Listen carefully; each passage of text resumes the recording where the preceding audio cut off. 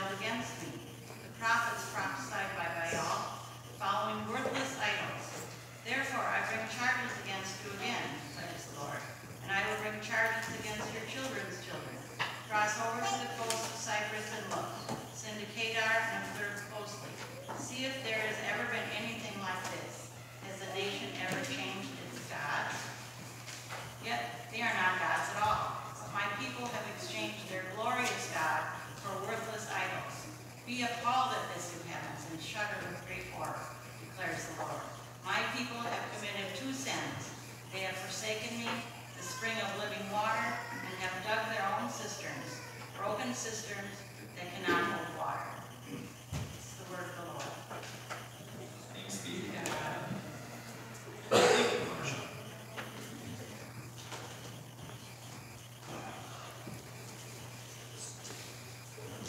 So now some of us are probably wondering, like, what in the heck did you just read out of there? That sounds like a lot of gloom and doom coming out of those scriptures this morning. And to tell you the truth, they are, because they're both laments, okay? They're lamenting that God's people have wandered away, and it's a call back. And so, before we go too far into that, I want to give you a little bit of brief context, because I think it's very important as we delve into some of the Old Testament scriptures, sometimes which we are not as familiar with. It's important to understand the historical background of what this prophet is writing into, and it helps us understand why he's saying these words that he is. So the prophet Jeremiah prophesied in Israel from about 627 to 587 BCE. And if you know a little bit about Israel's history, you know it's a time of chaos, it's a time of conflict. There's a rapid succession of kings going through as one comes up, and it's just kind of the intrigue of the court as these kings are being killed one after the other, and they go through power. The kingdom was divided in two, between the northern kingdom and the southern kingdom. The northern kingdom has already been taken over and is no more. And so there's only this southern kingdom left, and it's in the midst of all of this chaos and trouble that the prophet Jeremiah begins to speak to the people of Israel. And now the book of Jeremiah is somewhat difficult to approach because it's both autobiographical and biographical. That means that Jeremiah writes some of it himself, and some of the stories that he tells are of himself. And then there's parts of it that are biographical, and that means that his disciple or his assistant Baruch wrote some of the stories. Now, the book of Jeremiah doesn't flow in chronological order either, like we're used to. And so the events are narrated in different ways to make different points. And so it's important to understand that.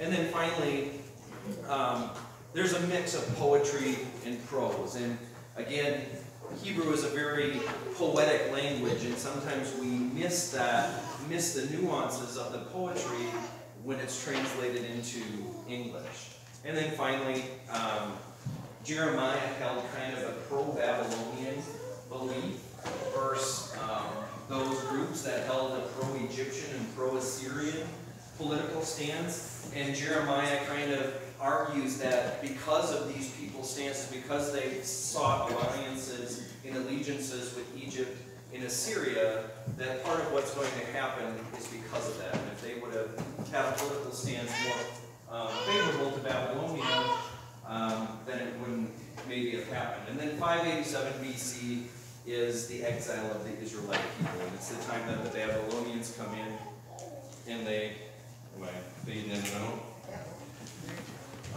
It's the time that they take over and they lead the people basically into slavery and exile.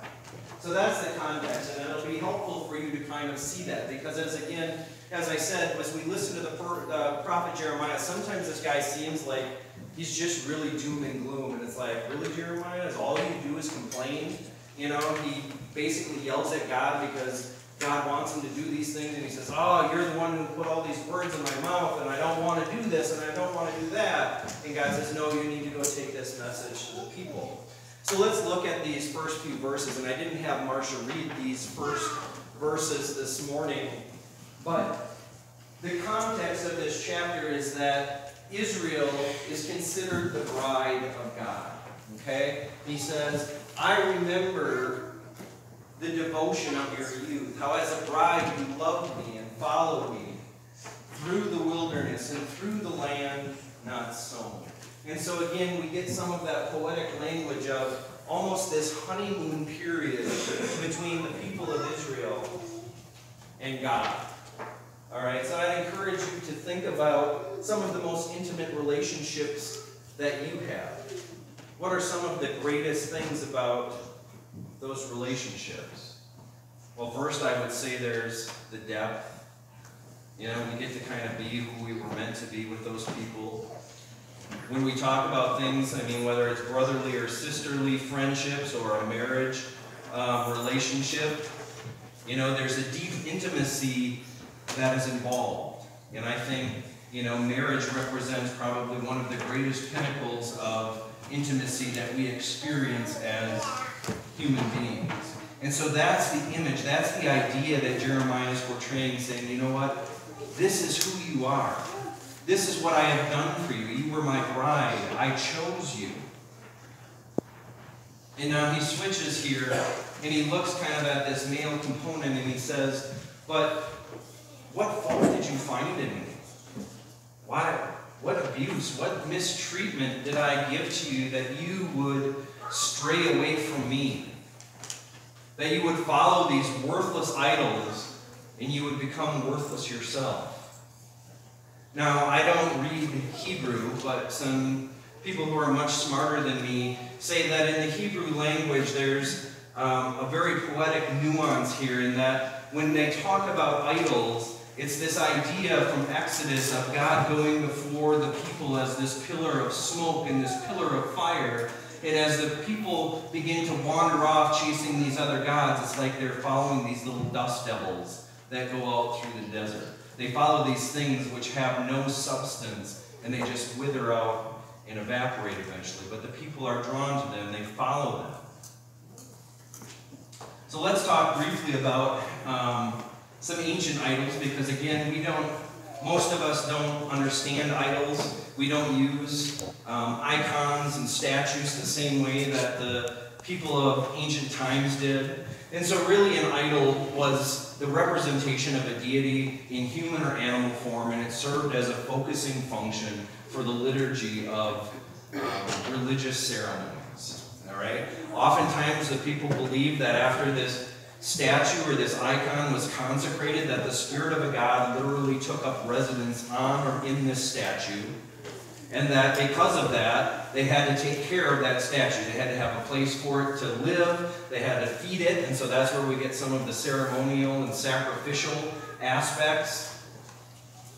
And throughout the Old Testament specifically, we constantly see Israel in conflict with these other cults or these other religions, specifically of Baal and Asherah, which are Canaanite gods and goddesses. And most of the time, they're represented as fertility deities in the Old Testament, okay? And so these are some of the things that people find themselves being attracted to and led away from the one true God.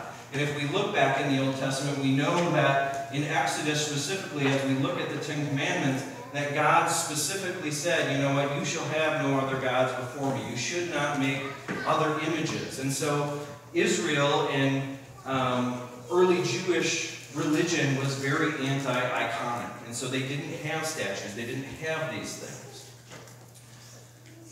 So now that we've talked a little bit about that, let's go to a little bit more modern and practical point of view. And what kind of idols would you say we have today?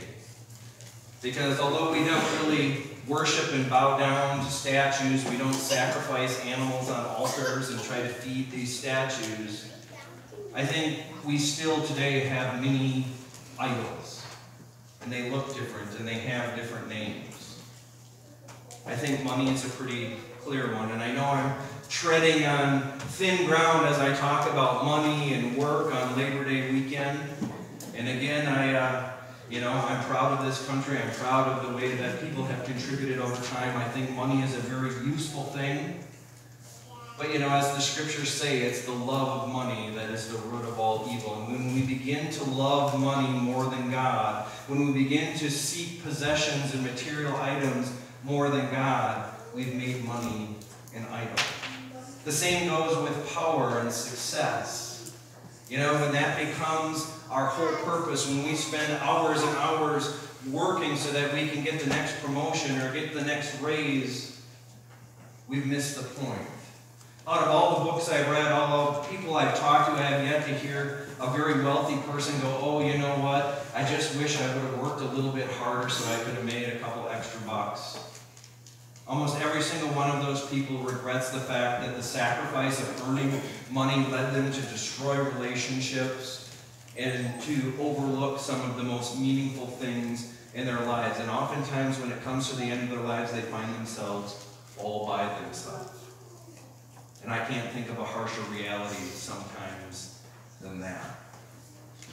You know, sex in our culture is another one of those idols.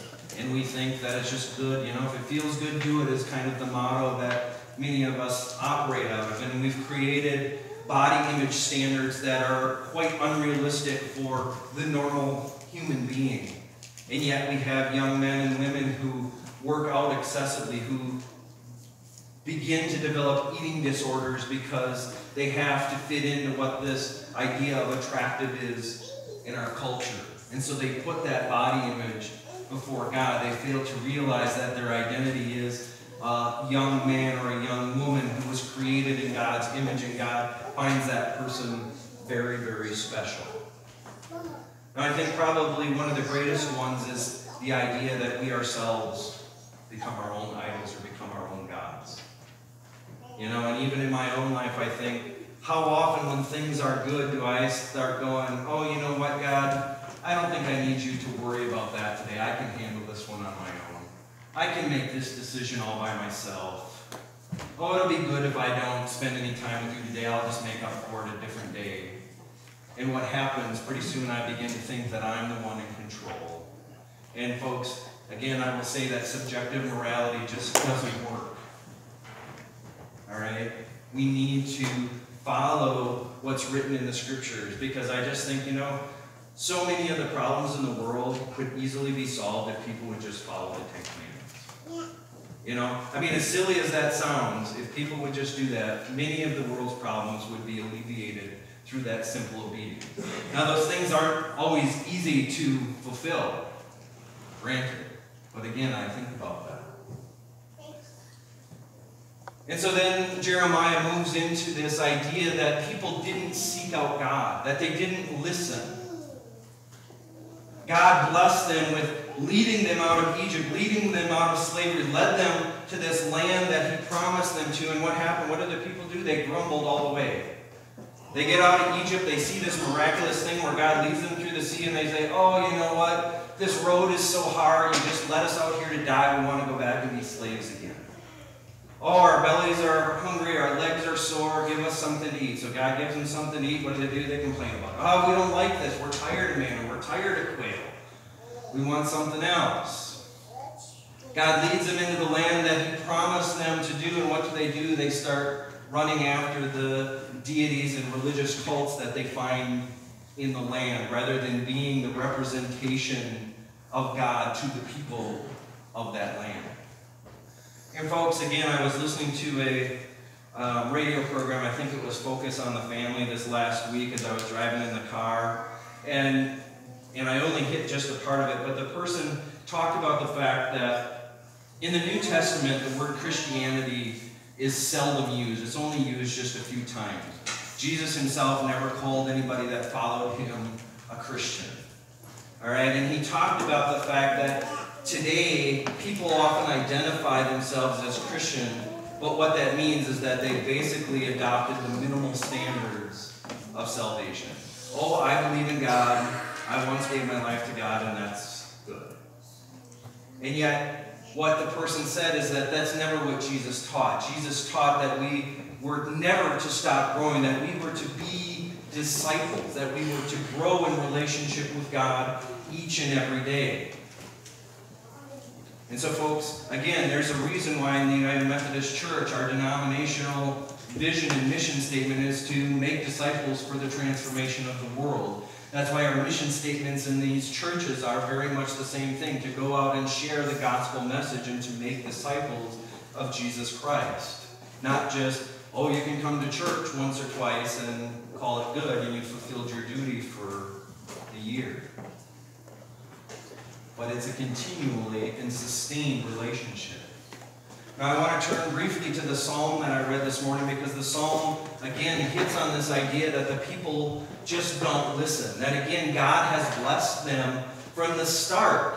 And yet, even despite those blessings, the people forget. The people grumble.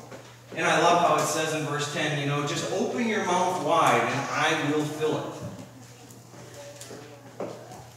Think about that. Think about that blessing. And then it grieves my heart to read just 2 verses later. But Israel would not listen to me. They would not submit. So I had to give them over to their stubborn hearts. And folks, again, I'm going to say that our stubborn hearts often get in the way of our relationship to God. And some of the things we see in our world is because we no longer have hearts that are focused on God. And so when I think about things like mass shootings and all of these other things, I think, and I can't help but think, this is the state of a person's heart. That they would commit a crime or an act of violence because they want things their own way, or because they're hurt so deeply and they don't understand how to get through it. And again, if my people would just listen to me, I would satisfy them. And folks, again, Christianity and being a disciple of Jesus is not easy, and just because we decide that we're going to put God first doesn't mean that life is going to be perfect, that we're never going to struggle, that we're never going to have any more challenges. But I do firmly believe in the bottom of my heart that when we do that, when we are obedient, God will indeed give us everything we need for the current situation that we are in and help us get through those things.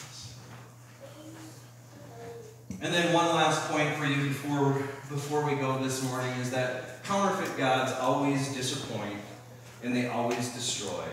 And oftentimes idols, whether they're the statues for the ancient people or they're some of the things that I've mentioned this morning, they feel really good at the beginning, but pretty soon we realize that there's just not a lot there, that they're just superficial. Because again, all the money in the world isn't going to make up if you don't have any relationships or anyone to spend it on. You can have the most glamorous body in the world, and yet if you're not confident in yourself, it's not going to matter. If you're looking to please other people with that body, it's not going to matter. So again, don't let chasing false idols destroy you. Don't be like I showed the kids. Don't be one of those cups that gets cracked, where you become a cistern where the water just leaks out of you because you're pulled in all of these different directions. So some action steps for you today as we go. I'd invite you to spend some time reading and exploring the book of Jeremiah. If you've never read out of this book, it's an interesting place to start. So spend some time reading the first few chapters of it and just see what he has to say. Secondly, I would encourage you to reflect on your life. Do you have any idols that are drawing you away from God? I would encourage you to spend time in prayer. Ask God to help release those things, but then you have to fill those areas up with something good, something that focuses on God. And then finally, as we prepare to kick off into this fall and into our winter and Christmas, I would just really invite you to invite someone to church this week, or invite them to come be part of Zufari, or to come to one of the Christian education programs or whatever we have. Just invite them to come and be part of a community and to get their focus on God. God bless you guys.